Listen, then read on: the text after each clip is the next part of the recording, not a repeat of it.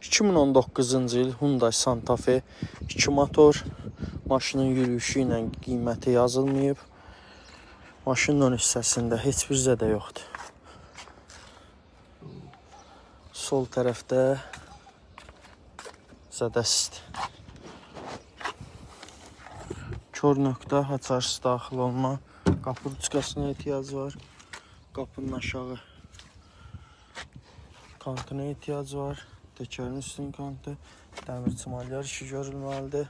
Arxa krıloda, bagaj qapısının da ətəyində. Buferə ehtiyac var. Bir də 4 dənə arxa stopa. Qara dəri stenik, xətt izləmə, stenin elektron idarə olunması, kablosuz şarj olma, stenikin isidilməsi, CarPlay dəstəkləyən monitor mövcuddur maşında. Buradan da VIN kodu qeyd edirəm.